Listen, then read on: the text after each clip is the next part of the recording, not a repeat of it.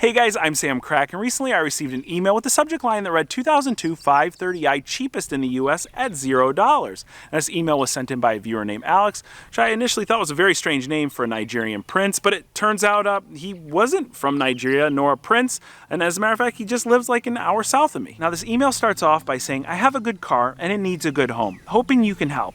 Rather than go through the hassle of trying to sell it and only get a couple grand, I would just prefer to give it to you and let you figure out what's best for it. Crazy thing is, this isn't the first time I've been the recipient of a free BMW. A really generous guy by the name of Scott gave me his 335 after the dealership kind of lowballed him on it, only offering him $1,500 on a trade-in. He felt the car was worth much more than that, and he was definitely right. But I'm still sitting here scratching my head wondering how I became so lucky to be the recipient of two amazing BMWs here. It just is crazy. Now remember, one of the first things Alex said in his email is that he'd rather just give me the car than deal with the hassle of selling it for a few grand. And if this was any run-of-the-mill E39 with an automatic transmission and the popular options that pretty much all of them came with, I'd say it's only worth a few grand. But the fact that this is a very low spec car with a 5-speed manual tells me that it's probably very desirable to the right buyer. And there's a substantial following for this car. A lot of BMW enthusiasts that I know consider the E39 the best 5 Series ever created. Of course, I'm chomping at the bit to get Alex's 530, but I want to make sure everything is fair and he actually knows what he's giving up here. I scoured every automotive marketplace to see if I could find a comparable, and I only found one car that sold recently that was similar. Here on Bring a Trailer is the same year 530i with the manual transmission. It has slightly lower miles, about 30,000 less, but it came with a lot of the typical features you'd expect for this car, like the interior wood grain trim and a sunroof. It also came with the sport package, and just a few months ago it sold for $18,250. Now I want to hear your opinion in the comment section, but even though Alex's car has slightly higher miles,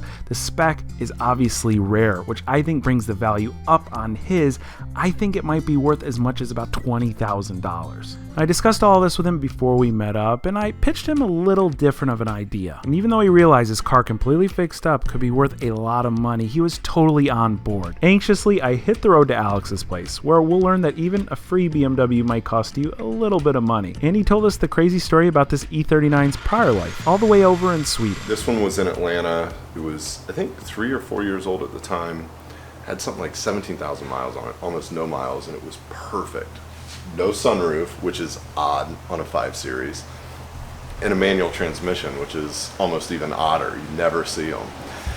And it was for my wife, and I asked her, are you okay? And she's like, I'd prefer a manual transmission. So great. Went and got it, and I pulled the Carfax, and it looked a little weird because it was imported into Long Beach, California when it was new, and then it showed another import from out of the country, and again, I think it was Long Beach again, like 3 years later. And I'm like, why would the car show twice? And I asked the guy, he's like, oh, it's a mistake or whatever.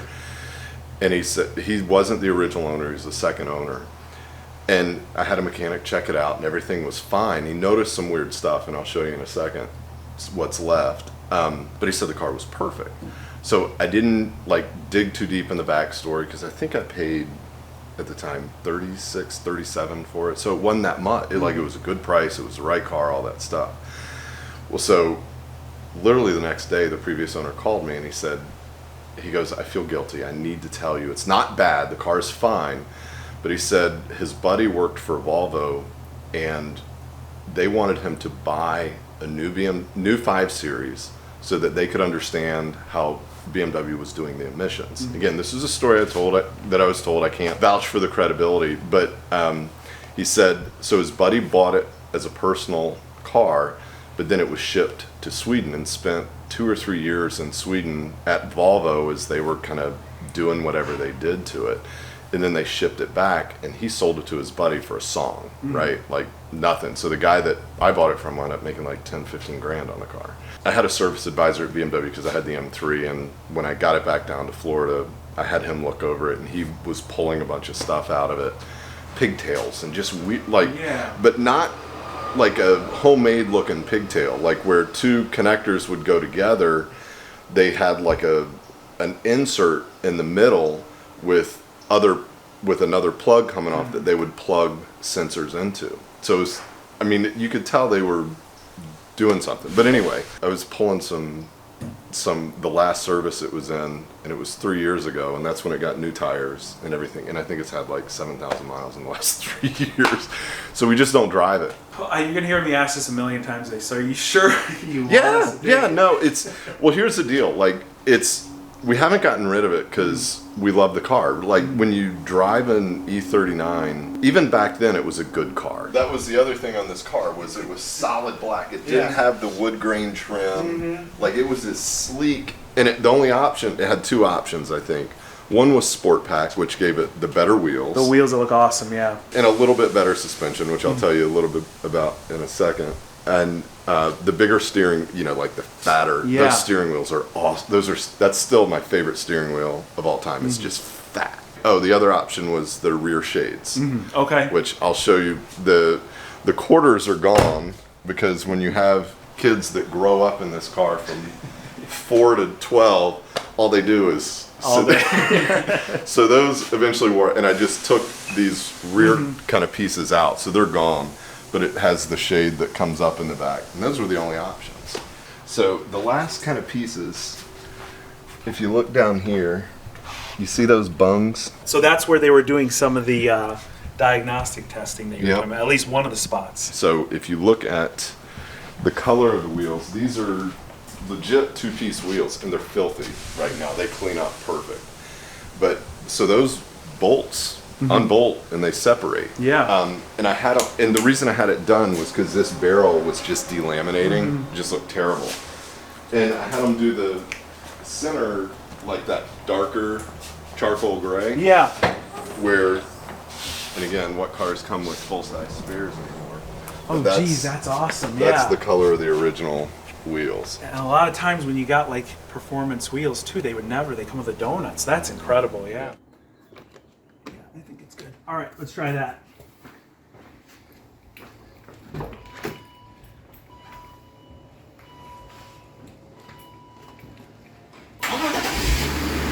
Perfect.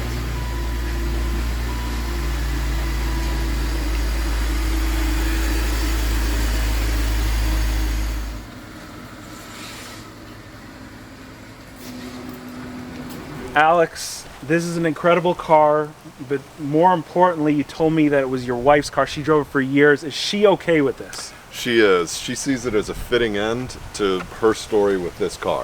Well, if your wife's okay with it, I'm okay with it. Thank you very much, man.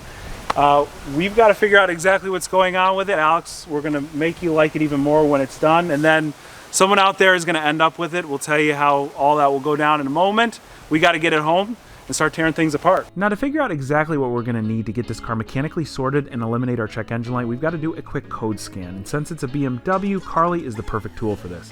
After running this quick scan, we return with just 3 codes, one pertaining to a lambda regulator, which is likely just a bad O2 sensor, and 2 regarding the secondary air system. This one is a bit more fickle, and we'll run a smoke test in a moment to see what the issue might be. But what an anomaly, a BMW Diag only comes back with 3 codes. Alex really took good care of this car, and one of you is going to end up with a super solid and rare 5 Series once we're done with it. Now, on the drive home, I only noticed one other glaring issue with the car, and that's the shifter. It feels really sloppy. See how it leans here towards 5th gear? And then it's really hard to find 3rd. See, right there would be 3rd. You got to push it back in the center and then up. That's 3rd right there. It's kind of a common issue with this transmission, and it will be our main focus here as we prepare it for the big giveaway. Now, anytime I pick up a new car, especially a BMW, I heavily rely on Carly to get things sorted. If you remember, it helped diagnose and fix Scott's 335i and my friend Mike's VW GTI, and save a ton of time and money in the process. But where Carly stands out from the traditional code reader is its dealer-level diagnostic and coding tools, all at a fraction of the price of other OBD scanners. Recently, I helped a family member pick out this pre-owned 5 Series, but before we brought along Carly. That way we could run a used car check. It's a really cool feature. Besides checking the health status of the car, Carly's used car check checks through multiple modules in the car that there's not been any odometer rollbacks and generates a complete used car report so you have confidence before you buy. And the price of Carly plus a premium membership is about half of what a pre-purchase inspection would cost at a dealer. Now, these new BMWs are pretty smart. Now you can make them even smarter and customize them exactly how you want. We're in the iDrive coding menu here, and you can change all sorts of cool things. like right down here. This is the logo that starts when you power up the car. Right now we're on BMW Connected Drive version 2, so you could update to the latest one. We can make it look like the i8 or like an M car when you start it up, or an Alpina. You can see by default video in motion is off. We can enable that again just by hitting that switch. And one of the most fun things you can do right here, you can change the BMW chime to the Rolls-Royce chime. I've seen and done that before, but did you see what else was in this menu? You can change it to the new Toyota Super chime as well. Here, we're gonna go ahead and code in our Rolls-Royce chime. After coding is finished, Carly gives us the exact instructions to go on our iDrive and enable video in motion in just a few quick taps. And now it's all set. But listen to this, when we open up the door, you hear that noise?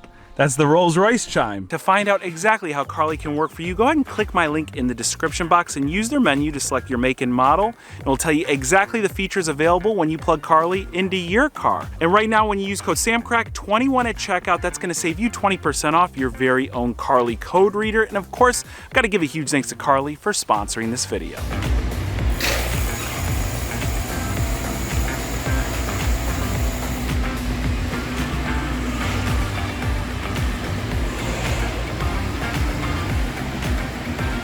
Now this is awesome. Shane is hooking up the smoke machine here. You can see it's already working. This is like a faux oil cap. And hopefully that'll help us find a vacuum leak if we have one. Look right there. Look at that right there. Is that a crack in the, look. There's a pinhole right here. It's coming up here too. What the heck? That's not normal, is that? It looks so perfect. Is this a BMW 420? Hold on, bro. For real. Hold on. What is that? Dude, I'm so confused. Nice. It's just a gun. No joke. I mean, usually you see stuff coming down from the sides There's here. nothing attached underneath it. I'm confused. It's gotta be coming from underneath. You want me to shut the smoke machine off there, Shane? Really not. You kind of like it? Like smoking up under the hood here? Adds to the ambience, you know? It's a graveyard effect. I put a little bit of Since lavender it's like- scent in there. You notice it smells like really nice, right? Since it's half dead, the smoke's giving it like a little graveyard effect. Oh, look it's It's just pissing you see smoke. that one now? It's just pissing smoke out of everything. Whole lot of oof. Come on. Hold on. That makes more sense now. What makes sense? Nothing about this makes sense yet. Did somebody sabotage your car? This is the strangest thing. Hold on. Is there one of these cars out in the parking lot with a similar engine? Or no? 30? Yeah. We gotta go look at this. This is the strangest thing. Here, how do we shut this thing off? Okay, I think it shuts. Okay. Yeah, we're looking for pinholes. No. There's no pinholes. That's where. Would that be causing the vacuum leak code? But it was coming out of the dip. Dipstick too. Like somebody drilled a hole in dipstick. But look at this It's dipstick. just constant vacuum leak. Yeah. Whether it was coming from the intake or whether it was. This is so weird. And they're like little fine little drill holes. Alex, giving me the car wasn't enough. You came to actually do the transmission for me as well. I've been waiting for years to fix that sloppy shifter. Well- It was always pulling the transmission's the hardest part about it. And once we get it out, we'll be able to do a fresh clutch, flywheel, and fix the sloppiness because the detemp pins. There's some more of those bones. Yeah, that's crazy. That's what makes this a one of one right there. Yeah. So we're gonna go, we'll disconnect the drive shaft here first, any of the bracket stuff, see how much room we have. We might have to pull the exhaust. Let's just start taking some stuff off and see where it lands.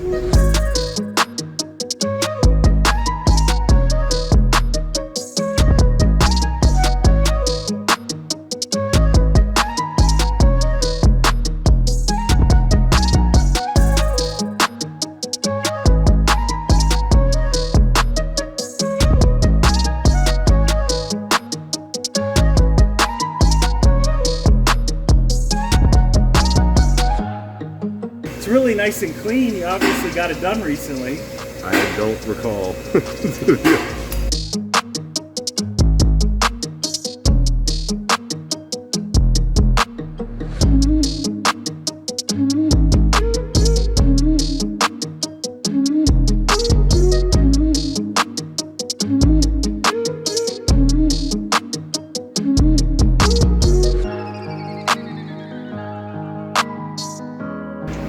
thanks to Shane, we're ready to pull the transmission with just 10 e-Torx bolts surrounding it.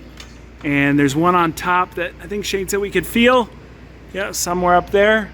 So let's go ahead and just start unbolting it, and then you're gonna catch it. Someone's gonna stand behind this to catch it, yeah? All right. All right, these bigger e-Torx are giving us a lot of trouble. They're in there really tight. So we've been backing them out a little bit and then spraying them with a little bit of penetrating oil. I'm gonna get it from behind here. I'm so grateful that Alex reached out to me and offered me this 5 Series for literally nothing. He handed me the keys and the title to it. When you get an email like this, it's so surreal. And the fact that this is the second time this will be happening, well, it's just too much, and personally, I can't do it. It just wouldn't be right. I feel very blessed that I've been able to buy my dream cars and share the build processes with you, no matter how much of a pain in the neck they are, like the BMW i8, that I want one of you guys to go home with this car. So I've partnered with Spina Bifida of Jacksonville, a really incredible organization dedicated to bettering the lives of those with spina bifida. We're having a charity raffle. Anybody in the United States can enter to win this 530i, and all the details are down in the description box. 100% of the proceeds of this raffle are going straight to Spina Bifida of Jacksonville, and there is a limited amount of ticket sales, so you have a very good shot at winning. And one of the coolest parts about this is that we'll be choosing the winner live during the Cars and Coffee at the Concourse on Amelia Island in just a few short weeks during the Amelia Island Concours d'Elegance, which is one of the best car shows in the country. Again, huge thanks go out to Alex for his huge generosity and donating this car, and for Spina Bifida Jacksonville and the Amelia Island Concourse for partnering with me to make this possible. But the crazy thing is, this car has to be done in less than 20 days, and we've got a substantial amount of work to do, so let's get back to it. All right, we got the guys at Eurocharge pulling out all the stops on this one. We are pretty stuck. If you look at our e-Torx bolts, the big ones that hold the transmission in, we've got one off up there, but it broke off. This one is officially stripped. We got a little bit of room, enough room to probably cut it off. And then trying to figure out what to do with this one. There's still 2 more big guys up top on either side. We have turned these loose. The small ones seem to want to come out, but this is our major issue here. These are like seized in, and as far as I understand, these are aluminum fasteners and I think a steel housing, which does pose a problem after a long amount of time. So here comes Shane. Let's see. Oh man, I see him hooking up a cutting wheel.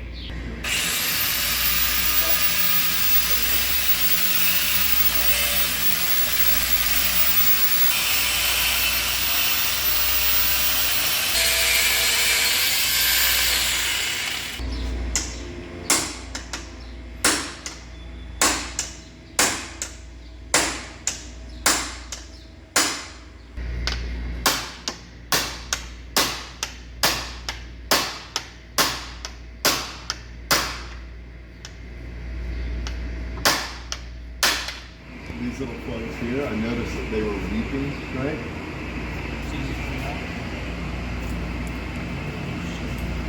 So anybody who hears the sloshing noise in their E39, that's where it's coming from. It's as simple as just removing one of the pins holding the trim on.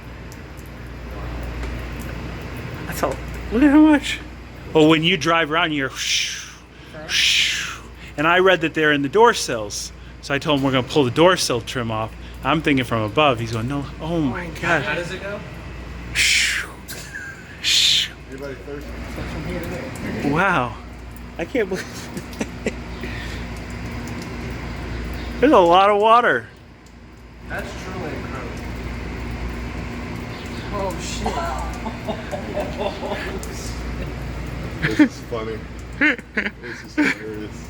Look at how many streams we got. 1, 2, 3, 4, 5, 6, 7. So, we found the fix.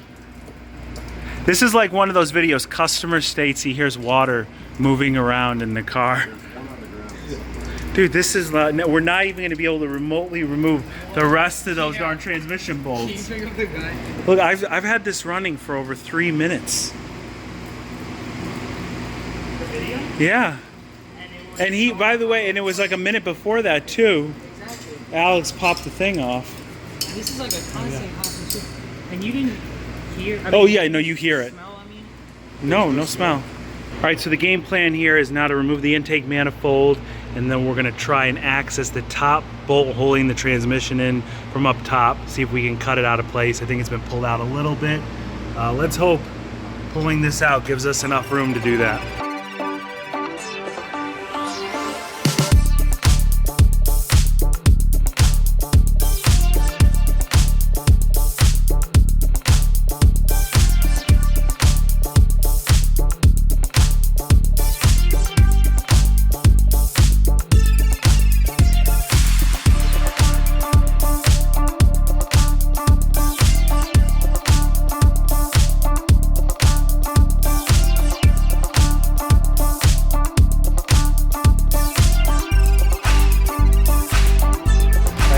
It's the next day. We had to move things over one bay, and there was one last nut holding on the intake manifold. Just found it, so this should be ready to come off. There it is. There we go. Well, where's our problem bolt? There it is. There's the intake manifold, and right down here behind all these wires, there is our problem bolt. That actually came out a decent enough. I'm hoping there's enough to grab it with the stud extractor. I'm going to try and use this Sawzall in order to cut the top of that bolt off. Now the nice thing is the Sawzall is really reaching right on top of there. Don't hit anything else. No, and this is a broken vacuum cable right here. So let's just move that out of the way. Anything else? That's another broken, that's the other end of the broken vacuum cable. Let's do it. It's working!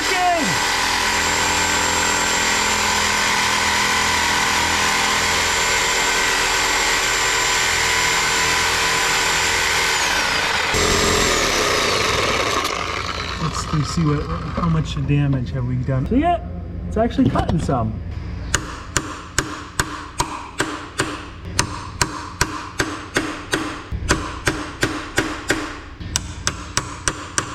Oh, come on, it's right there. There it goes. Woo! That's it, dude.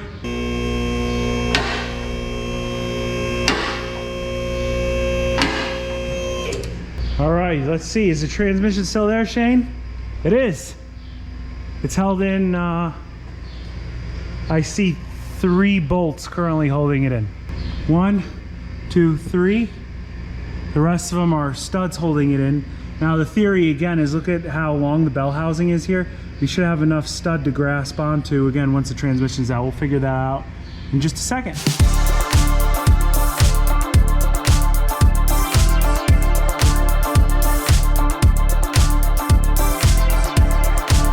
That's the bolt that we just heated up around. It broke off in there. This is not fun, man. I have a feeling we're gonna be using the drill quite a bit once this transmission is out. But at this point, all the bolts holding everything in place should be out. There might be some wiring to the starter or something up top, but otherwise, it's ready. Let's pull it. You can't do this job without no wood. Remember that. Anytime you put in this thing, Yeah. no wood, not a good job.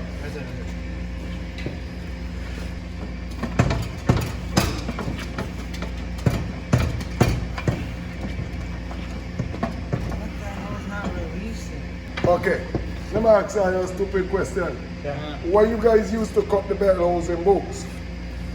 What? Okay.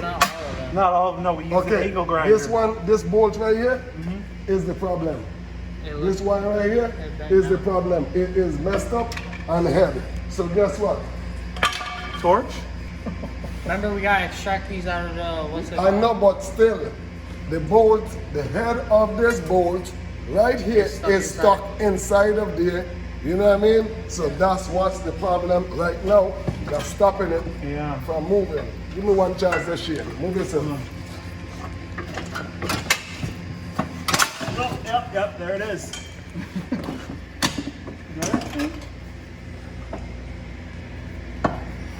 I do this by myself. I'm telling you, by myself on the floor. Listen, we couldn't have done it without you. And then you know what I do? No, here, let's go. Let's go. I use my chest. No point in breaking. You're gonna make it. When I do have a championship jack, I use my chest. I hold my chest up and put the championship. This is the guy right here. This is the man. Come visit him at Eurocharge Orlando. We're not going to talk about that other. No, I'm kidding. His shop is good too. Could you imagine that big fight for that tiny transmission? Definitely have a leaky rear main seal here, so it's good. We're going to have the clutch out. We'll be able to replace that. That's probably where our oil leak is coming from. And luckily, there's a lot of meat left on all the broken off bolts. They're now pretty much studs. And that's what was actually keeping in the transmission. This one has a slight bend to it right here, and so it was kind of just getting hung up on the transmission. Now, before we get out any sort of cutters and drills, we want to try and extract these. I brought my set of bolt extractors, and these are really cool. There's little rollers inside here. They just slip over what's left on the bolt, and as you turn it like you're turning any other ratchet, it grips and it will kind of just bite into it. And I don't want to put too much force because we don't want to start spinning this. I'm going to apply a little bit more heat to where this is all threaded into first, and hopefully can break up any corrosion in there, and then we'll try and spin these out. I want to bring you guys back here for a second. As you can see, it's dark again. I want to thank the guys at Eurocharge for letting me stay late, especially Shane here. We had a heck of a time getting. This is got to be like the smallest manual transmission I've ever seen, and it was a pain in the neck. We've got a big job ahead of us, specifically with the extracting those broken studs. Yeah, for sure. Everybody says always use a ton of heat. I want to hear from you guys in the comment section what you think is going to do it. Shane, I personally think a drill is going to end up doing it. Yeah, I think that the best option, if we go into hell with it, I think that the best option is going to end up being just shave it off flat and then drilling through it and then time inserting it or something like that, or helicoiling. We'll figure out what's the best choice for that, and then just running a normal bolt through it. He makes that sound really easy. Again, if you know of something simpler that is more than just using a bunch of heat, let us know in the comments section below. Remember, this car, you are going to be able to win this car, and all the proceeds, 100% of them, are going to Spina Bifida at Jacksonville, so it's a great cause. Check the link in the description box so you can see how to enter. I wish each and every one of you good luck, and if you want any updates to the giveaway or to the 530 before you see anything on YouTube, go ahead and follow me on Instagram. As always, I want to thank each and every one of you for watching today, and I'll catch you very soon.